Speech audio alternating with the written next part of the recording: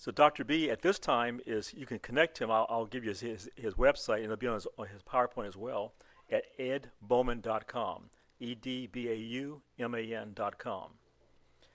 And his presentation today is how to lose the blues. Okay, so please join us with Alaska Center for Welcome, Dr. B. Okay. Greetings. So great to be here. This week has been unbelievable. We get here and then we go on a 3-day off-road camping trip with Jessica and Sharif in a tricked out Jeep to no somethingville road, Peterville Road. I'm not we were going through water this big, but boy, we arrived and saw Denali full on, naked Denali. Boy, that was uplifting. And then we've had more exciting visits. So today I'll share some information. It's very beginning, but a beginning is good. You have a good beginning. Everything goes from there. I'll talk for 15, 20 minutes, stop the slides, we'll chat. Question, answer. If you have a case, put it up. You have a friend, yourself, struggling, we'll talk about it. I want to put this into action because that's how we do it. So let's see where we're going. Let's go. So Nourishing Wisdom is a book I recently wrote with my wife Chris as the illustrator, photographer, graphic designer. And it's a concept I find very meaningful because information is everywhere. Chris was talking about Dr. Google, and everybody goes on Dr. Google, and it's all over the place. But really the key to nourishing wisdom is spiritual essence. We're spirit, we're of spirit, we're with spirit. When we're out of line with spirit, we get ill. So for me, ill is I lack love. And wellness is we love life. So again, Chris said, oh my God, I'm going to live. I love life more than I fear death. So it's powerful. It's also ancient teachings. I hear today people have the attention span of a fruit fly. They say, Ed, can you talk for 30 seconds? No. Can you talk for 60 seconds? Not really. But that's kind of the way we've been reduced. We've been AI'd. All right? But ancient teachings are wisdom. They're true. They're universal. They all come together. And modern research. So that's the beauty of this thing is it's amalgamating all that was, all that is, and it's leaning towards what will be. Cultural relevancy.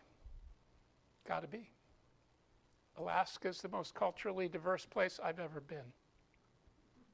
The tradition, the tribal wisdom. What's that? Non-traditionalist. Yeah, but I'm saying culture is everywhere. I'm working on projects in China now. I'm working on projects in Nigeria now. Because I want to learn what these people know. I want to kind of integrate it into something that works. And then, of course, love in action. So what is faith? What is prayer? What is community? What is healing? Love in action. Now you look at someone who's got the classic depression profile, they may not have a sense of spiritual essence. It just hasn't come to them or it got sidetracked. They may not have paid any attention to old wisdom, ancient teachings. They may not be aware of modern research or it's confusing. And the culture, they're no longer part of this culture. They're somewhat broken, incorrect. They're very much. The wholeness accepts broken, accepts battered, accepts struggling, tired. That's holism. But with big spirit around it, it can work. And also there's love. So cultural humility, to me, is essential. And even humility around helping people who are not well. Humility is a posture of service. So it means we're respectful, we're considerate, we're interested in learning more, we're open-minded, and we're very curious. And for this whole thing to work, to lose the blues, that person needs to be curious, needs to be awakened to new learning, new possibility, infinite possibility. And they have to lean into it and work it. Nobody heals anybody else. We heal from the inside out with the grace of Spirit and the remedies from Mother Nature and community. Let us be the ancestors our descendants will thank. Let us be the ancestors our descendants will thank. What we're doing here is powerful. What we're doing now is powerful. What we're doing now is somewhat different than what a lot of people are doing.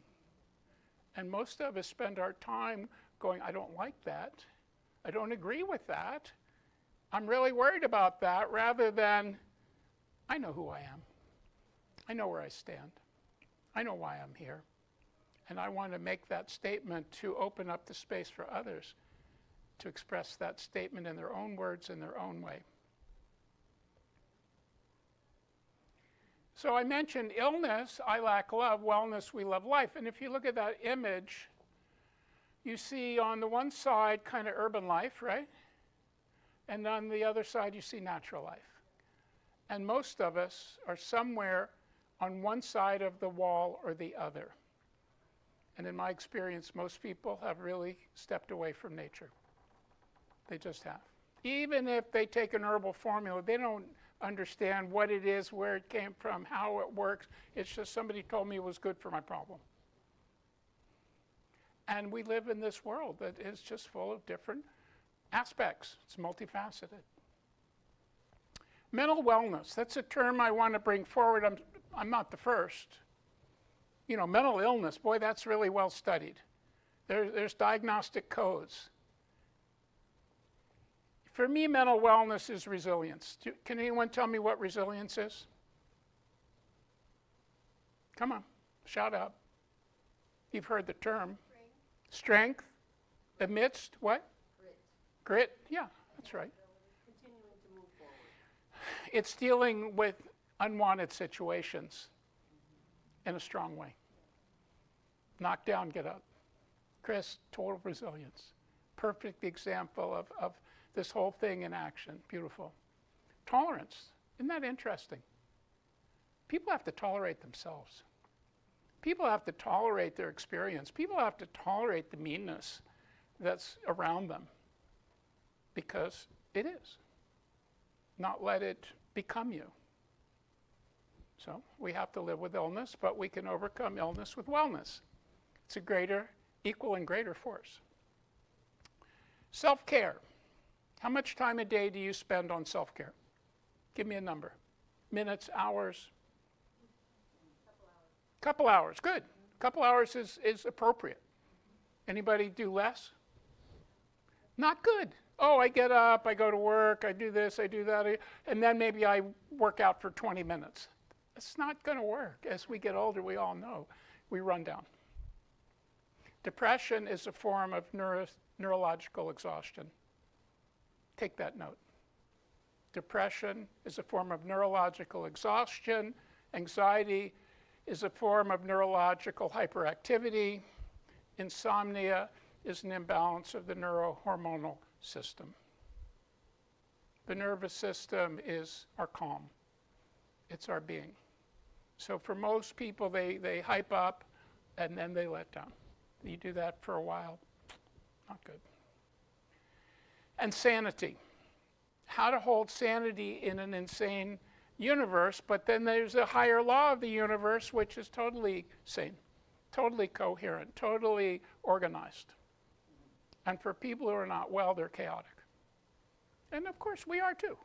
Can't find my keys, can't find my wallet, so some of that goes with the territory. But again, sanity is really sane, is sensible. It's practical. It's just a way of knowing what's real and staying in that zone regardless. So coherence within oneself, our family, our community, and nature, it's alignment with purpose. So really, if you go, how do you get well? You get aligned. Condition doesn't change. Cancer hasn't changed. Depression hasn't changed. But you've kind of come into some alignment with spirit, with nature, with self, with community. The problem for most people is loneliness. The biggest factor that promotes mental unwellness is isolation, loneliness, too much screen time. Next. This is a crazy spiral, and it's worth getting the slides to study this. But you can see on one side the downward spiral is getting worse, worse, worse, worse, worse, worse, worse, till it leads to suicide, or it leads to aggression, because aggression is mental unwellness. Exploitation is mental unwellness. Narcissism times 10, I think we know who we're talking about, is mental unwellness. See? New category. And then upward spiral is, yeah, I'm starting to be okay. I'm not happy. I'm not grooving, but I'm starting now to get a little energy. I'm starting now to see a path. And I'm coming up towards joy. Now in this group, people can hit joy from 0 to 10 in 5 seconds, because this is just a center of joy. It's wonderful. And being joyful, we uplift the friends around us just by being who we are. So that's an interesting scale. We could study that in depth, but let's roll on. So my question to y'all, what causes depression, anxiety, and insomnia? Name 3, 4, 5 things. What are some of the contributors? What's one? Grandparent and worrying. Worrying.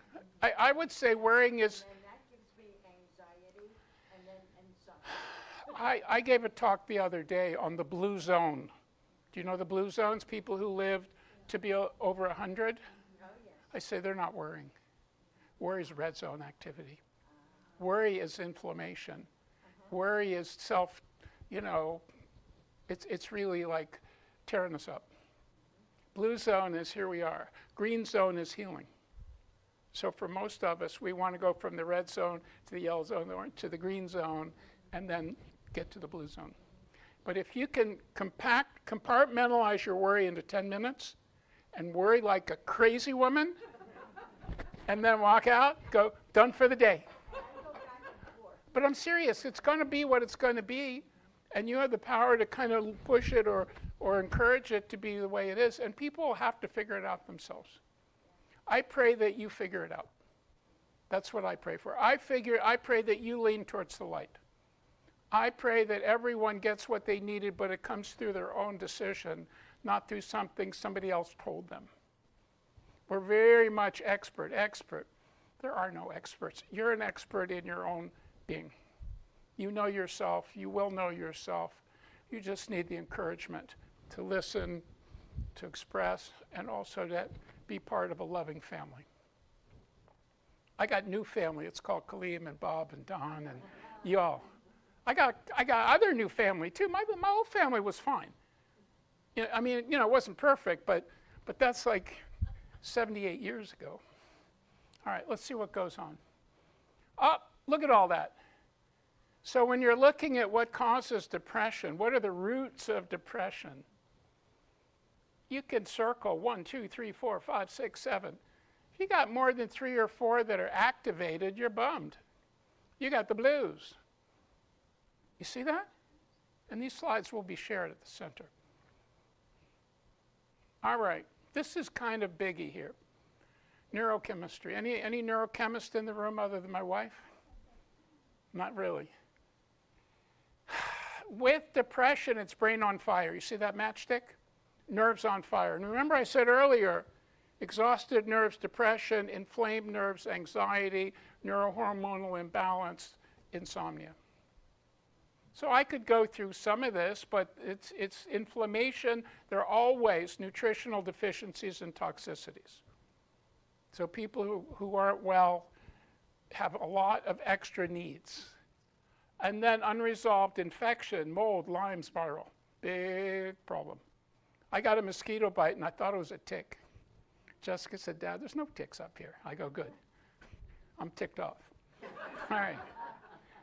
Disturbed circadian rhythm. That's, day, night, wake, sleep, this waking up in the middle of the night thing.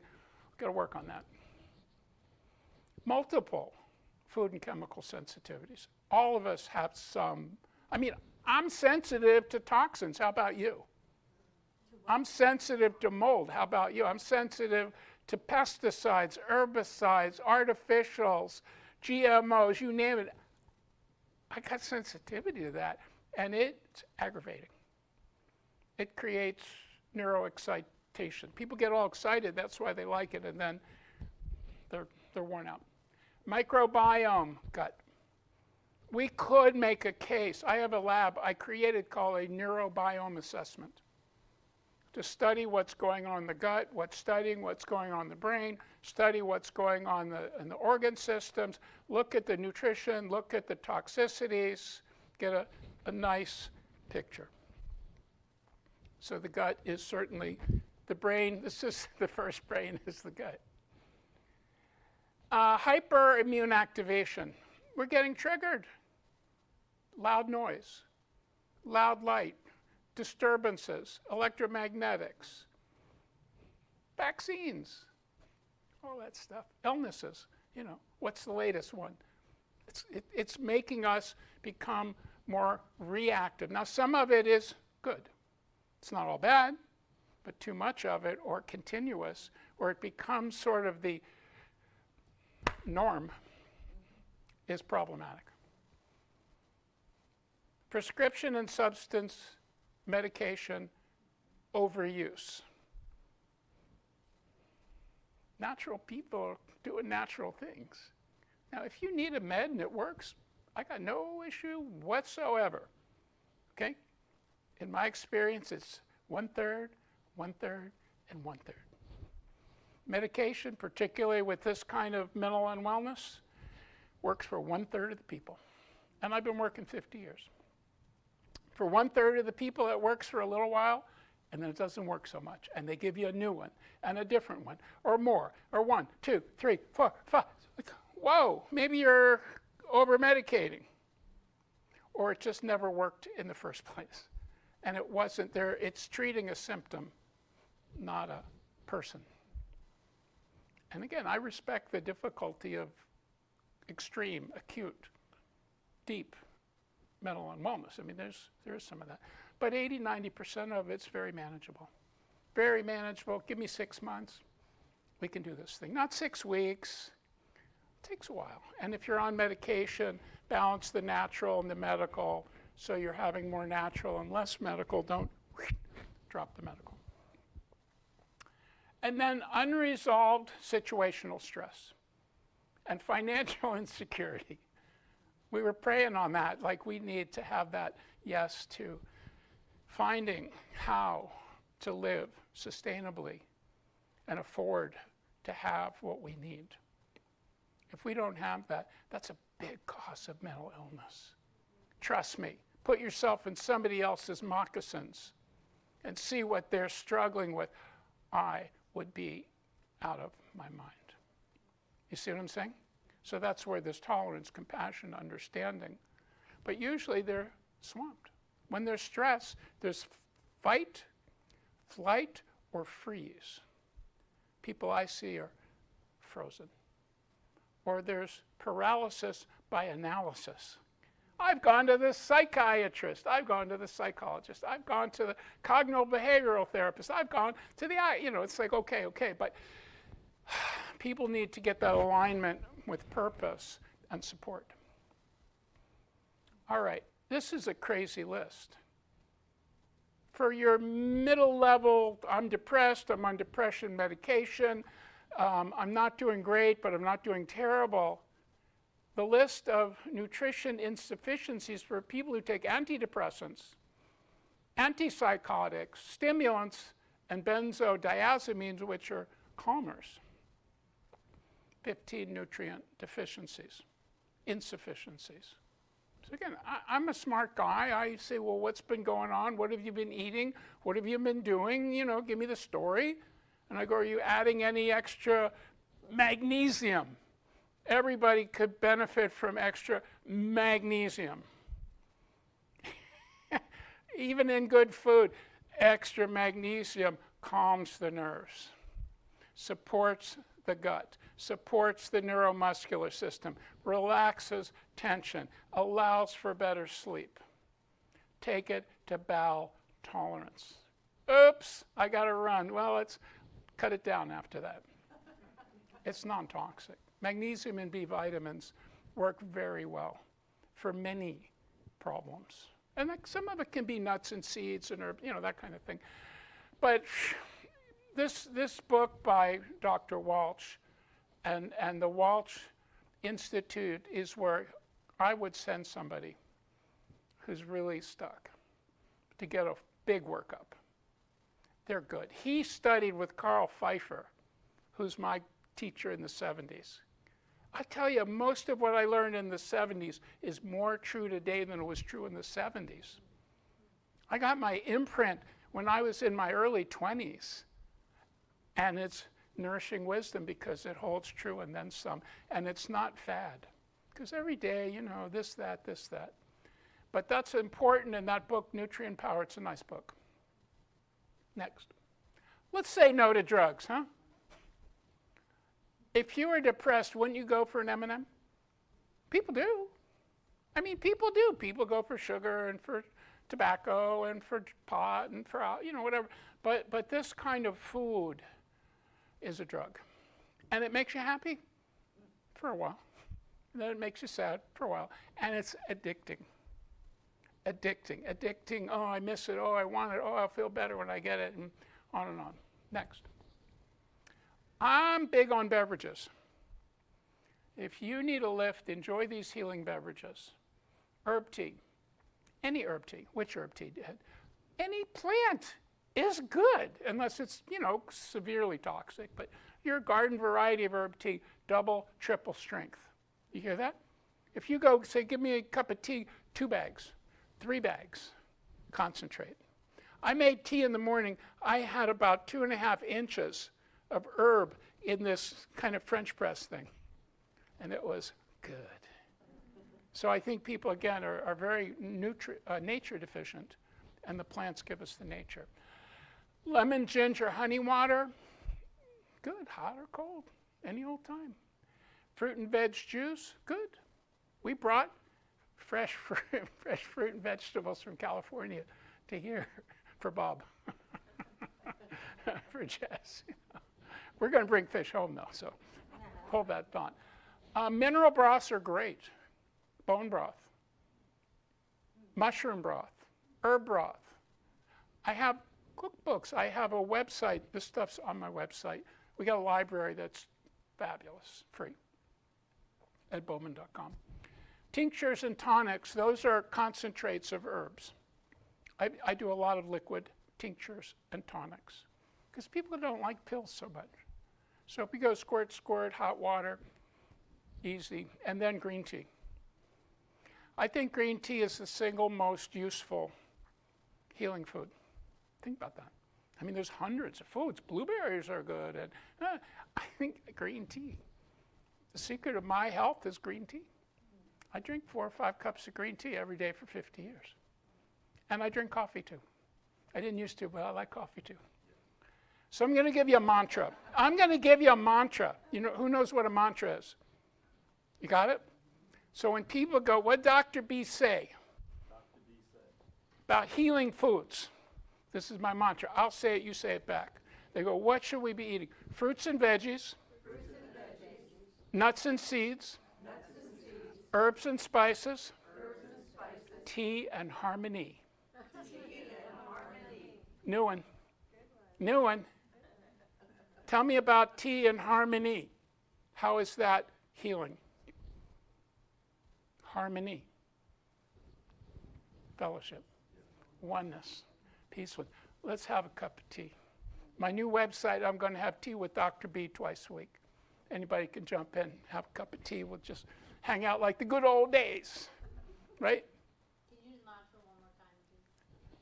Fruits and veggies, nuts and seeds, herbs and spices, tea and harmony. And the Alaska Center for Spiritual Living can use that. That's kind of like a grace almost. Praise God, as my friend would say. So now I'm going to open up for comments, questions, whatever you want. We'll chat. Yes? Oh, yeah, she's got the mic. If you don't ask a question, you won't get an answer. No question is too small or too large. But it could be too expensive. Yes? So, Give her the mic so we hear it across the universe. so I was wondering, Yeah, go ahead. Go ahead, he'll get you. Is it? Bob will pump you up. Okay. Okay, so I was wondering if somebody is in a blues Yeah, dive, yeah, you know, and Good. they're down low, got it. what would be some of the first things that you would have the person Perfect question. do so that they would feel different or I understand. start to feel better? I would invite him for lunch or dinner. I'm serious. I would say, come on to our house. Let's kick it. Let's have a meal. Can you chop an onion? Can you get involved? Let's just have a nice time. Make a cup of tea, make some food. And it's any kind of food. It can be animal food. It can be bison. It can be elk. I'm not plant only. Because again, that's part of the consciousness of sales. You know, people who, you know, only do this or only do that, we're kind of omnivore people. 95% of the world are omnivores. And again, most people don't get enough plants, so I'm certainly, you know, down with plants. But some people really go well with fish. I would say have a sardine salad, like the garbanzos we had here. Sardines are brain, nerve food, the most cost-effective, nutrient-dense food I can think of. Have a salad with sardines in the morning. And you go, oh, those sardines. If you mix it out with other things, it's not so much. But I think people need co-regulation. Did you ever hear that term? You did? Who could tell me what that is? Co-regulation. If you're down here and I'm up here, I'm going to meet you in the middle. I'm going to, just by having a friendly human-to-human interaction, not focused on pathology, but natural wisdom, natural experience, a nice meal. Get to know people. Yeah. And you know, I got 5 steps to wellness. First step is eating for health. So it's pretty easy. You could look at someone's food program and go, I think you're eating for depression there. I think what you threw down last night is making you feel pretty bad this morning. How much were you drinking? Really? Are you giving me half the story? Because people underreport. People are not going to tell me the whole story. Get what I'm saying? But food is first, exercise, what I call joyful movement. Are you getting out? No, I don't really feel like it. Well, let's, you and me go for a walk. I did a group with bulimics, and I must say I've never met a bulimic I didn't like. They're lively people. They got a lot of juice. They even got a lot of spirit, but they got a lot of anger and repression and frustration, and people beat them down, so they, you know, deal with that behavior. That's an unwell behavior. I go, well, let me teach you meditation. I did. My first dissertation was teaching bulimics Vipassana meditation. My committee rejected it. Oh, well. But anyway, but this idea of, well, let's get moving too. It's not just talk therapy, but, you know, let me go through my big 5. Ready? And I'm going to quiz you on this one. Okay? Eating for health, joyful movement, mindfulness. My mindfulness is fourfold. You know the fourfold path? The Buddha had the fourfold path. Dr. B's got the fourfold path. Be present. We all know that. Non-judgmental. Hard, hard, hard, hard, hard, hard, hard. Most people, if I teach, that's the thing. They go, oh my God, I'm so judgmental. The voice in my head. And I go, look, let it go. You know, be tolerant, be loving, be kind. All right, so my mindfulness is be present, be non-judgmental, show up with loving kindness. Show up with loving kindness to all people at all times, especially to yourself. Because people fight the demons. Demons don't like loving kindness. They don't like green tea. They don't. Man, they'll find somebody else that, you know, again, you could get into all kinds of spooky stuff. But loving kindness, and then affirm the wholeness of all beings. Be part of the community of life. Because people who are depressed, who are unhappy, who have the blues, they're alienated. They don't belong. They don't fit. They can't make it. They're dumped on. And you see somebody go, ugh, well, you still don't really understand what threw them into that box. It could be you or me easily. So that's mindfulness. The fourth is the most difficult wellness practice, healing relationship. It's hard. Healing relationship is where most of us go, I think I'd rather be alone now. And sometimes that happens. I got sparked a little bit this morning, and I went, whoa, I think I'm just going to back off a little bit. I didn't do anything, but somebody sparked on me, you know. They criticized me. Then they apologized. That was good, because they caught themselves being unmindful, being, critical, being harsh, And then the fifth, which is really the key to it, once you put together the first four, and if I'm in a healing relationship with you, you're not depressed anymore. Because I get who you are, I like hanging out with you, talking, all that kind of stuff, or being in circle, being in prayer groups. I mean, come on, get in a prayer group. Come as you are. That's fine. You want to go left, right, up, just be affirmative prayers. The fifth is soulful service. Think about that, soulful service.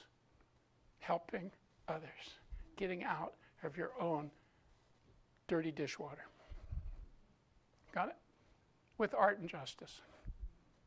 So it's a composite of healing components in the recipe for using nourishing wisdom to lose the blues. Let's catch a few more slides. That was a good question, Chris.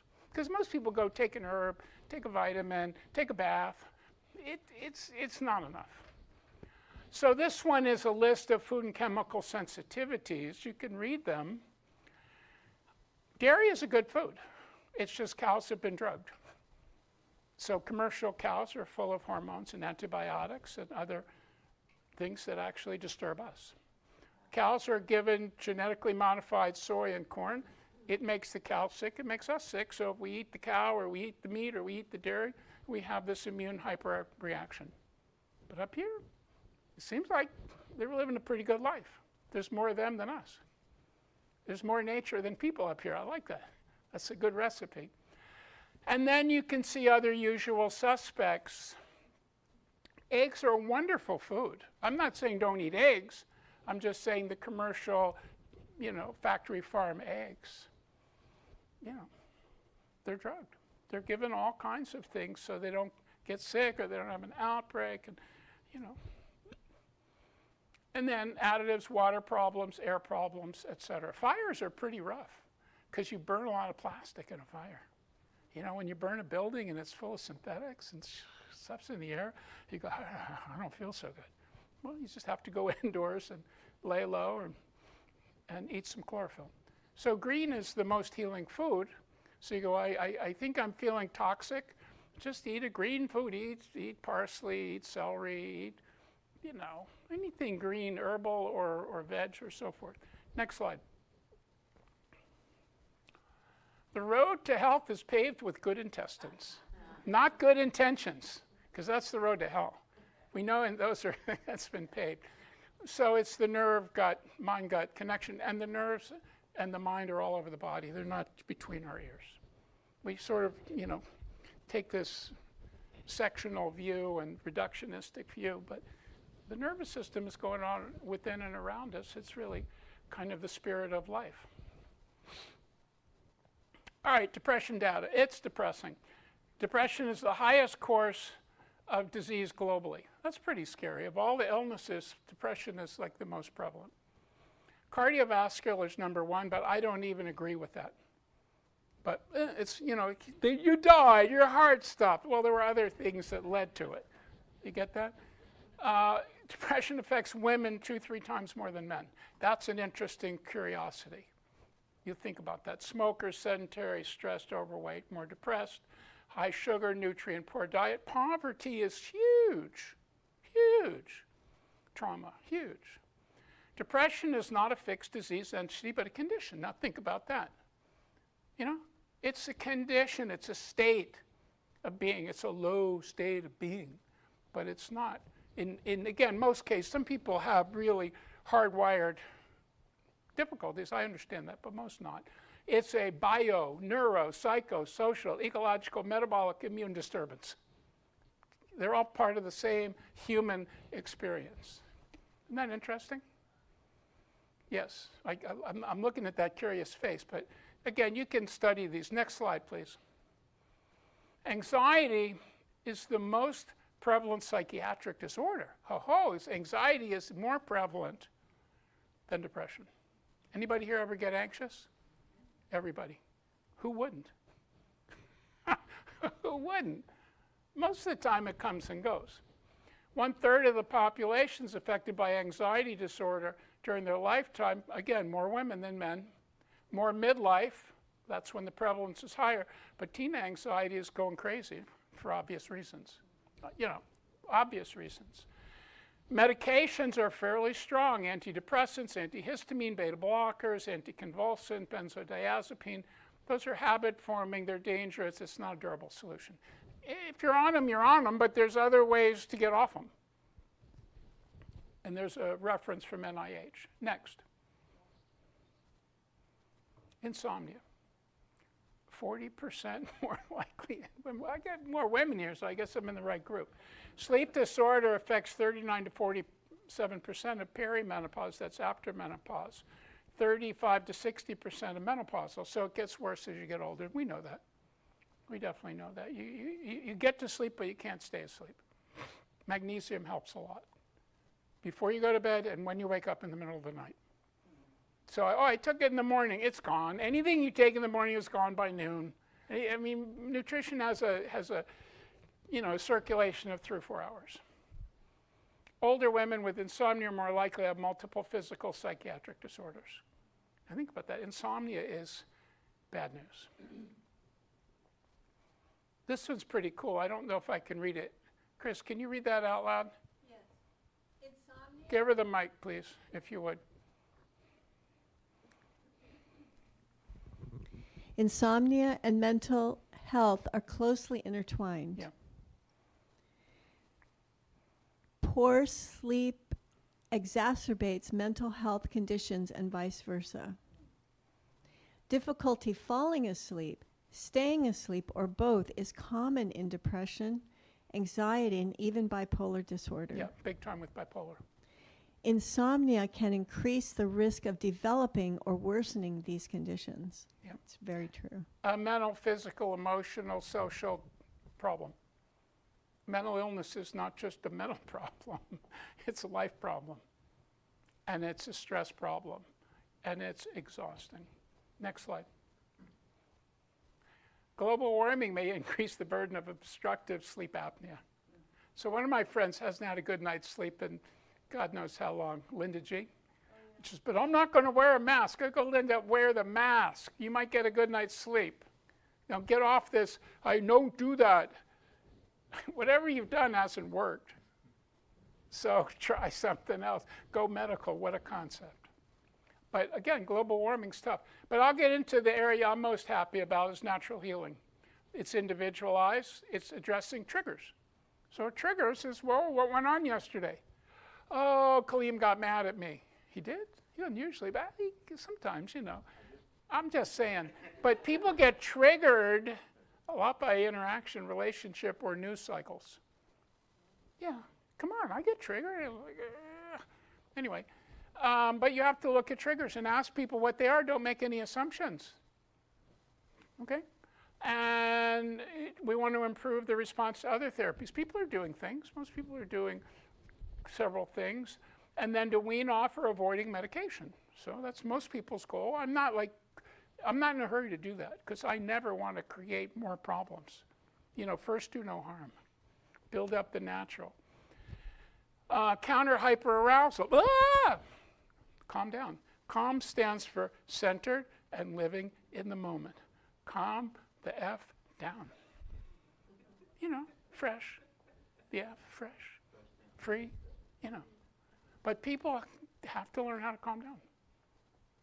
Calm down. I tell myself, come on, Eddie, you're getting round up. Calm down. Learn to be calm, circadian rhythm support, which is really getting into a go to bed time. Get in bed, go to bed time. Oh, I like 1 o'clock. Nothing good happens at 1 o'clock. Nothing good happens after 10 in my mind. But I'm older. Yeah, stop it. She's riffing me. And then get a wind up, wind down routine. That's a biggie. How do you get going in the morning?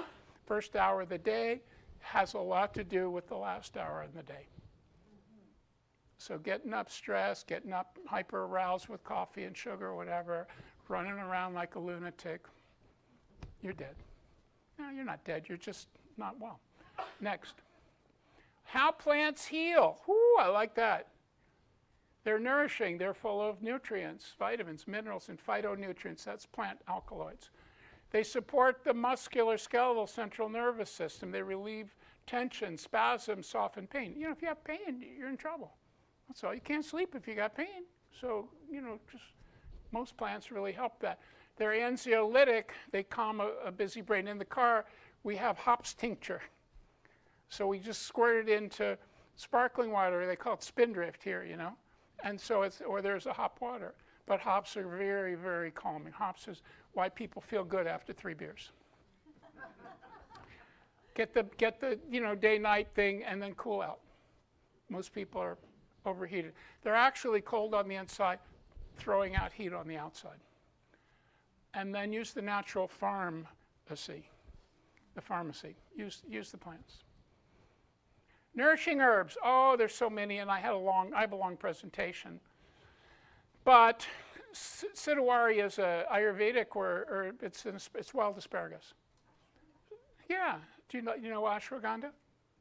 I think ashwagandha is a wonderful plant for women or men, and it's good at night and it's good during the day, and it's strengthening and calming at the same time. It's not stimulating, and if you have a nightshade allergy, it's not so good. So there are some things to consider, or you try them out. Lemon balm is a very mellow. It's like in the mint family, and it's good for people with viral problems. Because people have viral problems. Viruses don't go away, they go dormant, and then you get stressed and the viruses start to agitate, and then you're sick. Lemon balm is very antiviral. It doesn't kill the virus, it quiets it. What Chris said is so powerful. She has a metabolic condition that she's figured out how to live with by mulching it, by dampening it, by slowing it, by not feeding with sugar and stress and fear. It's the same with this other stuff, Skullcap, great for busy mind. And even people who are thinkers like us, Skullcap is really strengthening for the mind. We can think better longer because sometimes you get too wound up if you're head tripping. Next. See what that is? That's oats. The Venus sativa, that's milky oats. Not rolled oats, not Quaker oats. But the fresh oat actually has a milk that comes out of it. That's really nice. So, if you watch a plant cycle, it'll have a flower, it'll have a fruit, it'll have a seed, and then there'll be a new plant. Next. So that's this Venus sativa that you can squeeze the goo out of. So that's just some, information about it. It's just nourishing. It's strengthening. It's got minerals and vitamins. Next.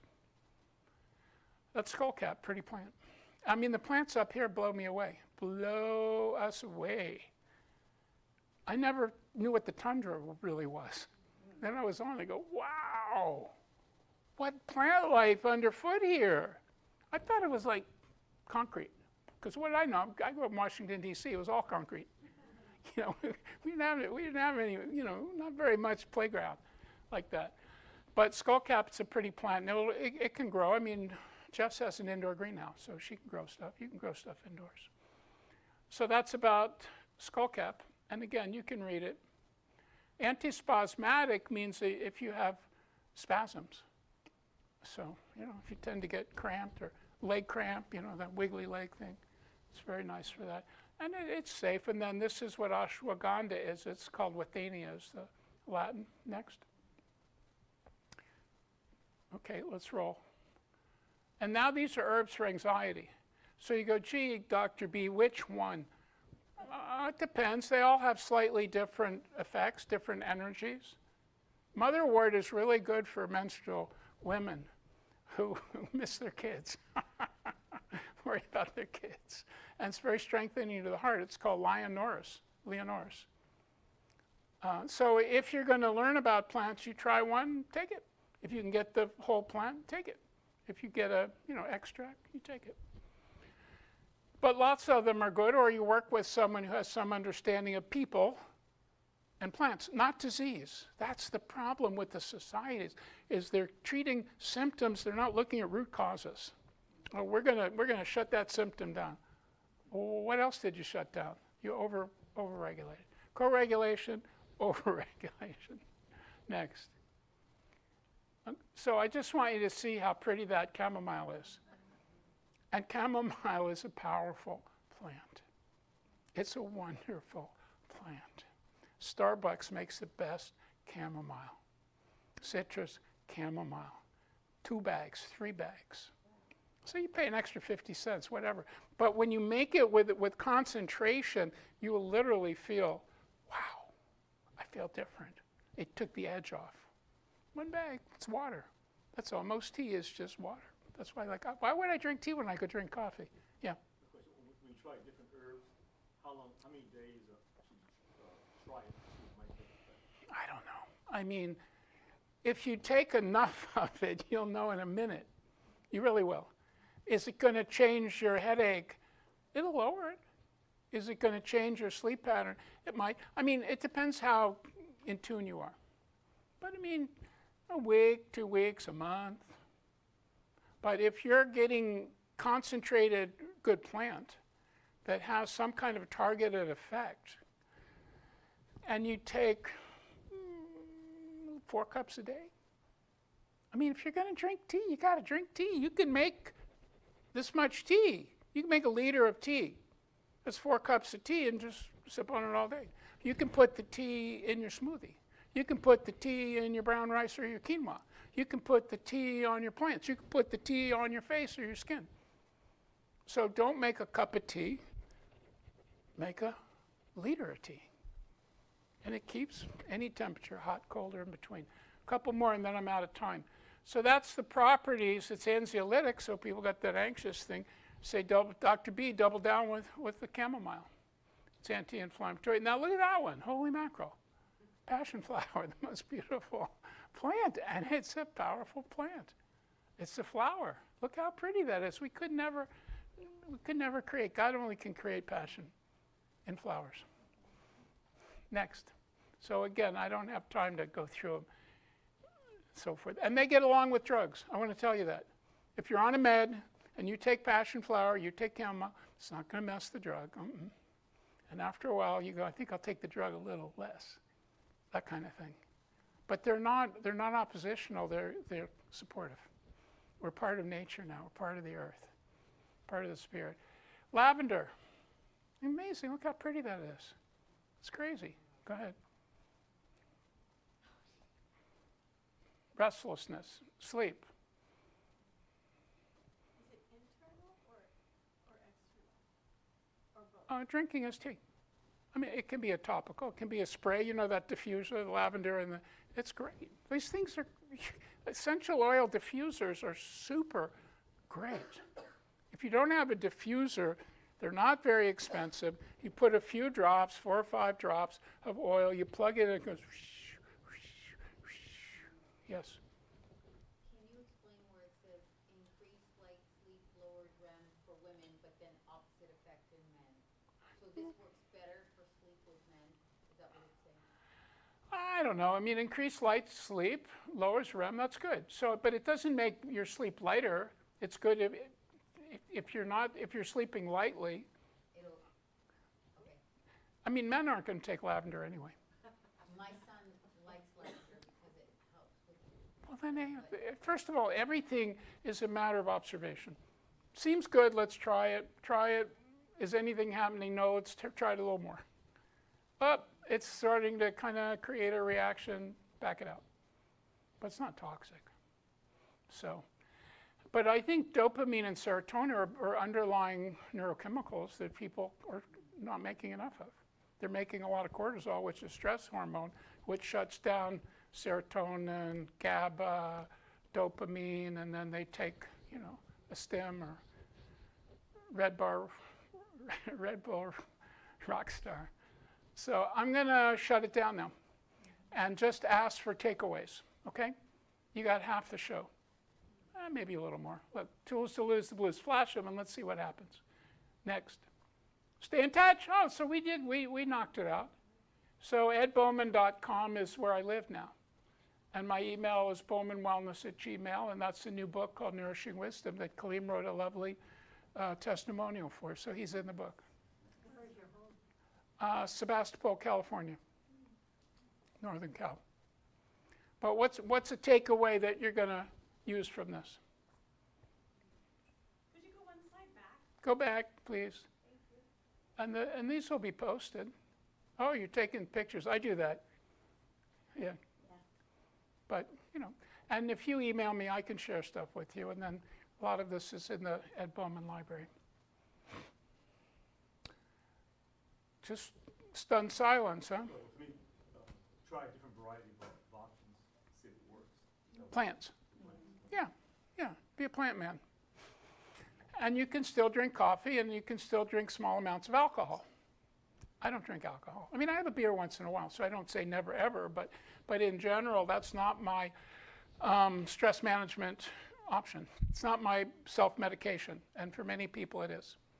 Alcohol and recreational drugs and other things. And, a little can be okay, but it's hard to have a little if it makes you feel good. That's the One of problem. the things that really works for me, Yes, if I get up in the morning and I'm feeling kind of down, yes. I put music on. Beautiful. And Totally I right. have like a load of To- CDs. totally and right. put ones on Joyful and movement. And dance around. Totally right. And that makes me Picks you up. sort of fight my way out Perfect. of the blues. No, but I mean, it works. But if you're lonesome and lonely and you can't even, you don't even know which album to play, you're in trouble. So that's an extra kind of therapeutic issue when you can't decide what album or what CD. Yeah, back there. Yeah, I'm curious to hear your thoughts on why women struggle more with depression and anxiety. Why do women have more anxiety, depression, and insomnia? Because they're more sensitive. They just are. It's a different engine. It's a different machine. It's a different complex, divine instrument that's tuned to a high frequency, and it doesn't tolerate insult, injury, and negativity. Men, it'll catch up with them. It will catch up with everybody. I mean, again, people kind of wear down and bum out. But I think I think what's really interesting, though, is children. Wow. Because imagine, we're still children here, We're young adults here. Just our sensitivity level and the things that are coming at us that we don't want, we don't need, we don't like, and it's all being absorbed. It's all toxic. It's so toxic. And if you go, no, I don't think you should, or I don't want you to, or I won't let you, then they go, eh. But they go, look, can we find something better to do? Can we go for a hike, go for a walk, go for a dance, make food together? Because the solution for world peace is a Bauman dinner party. I'll leave you on that note. Thank you, guys. Yeah, You're in the college now.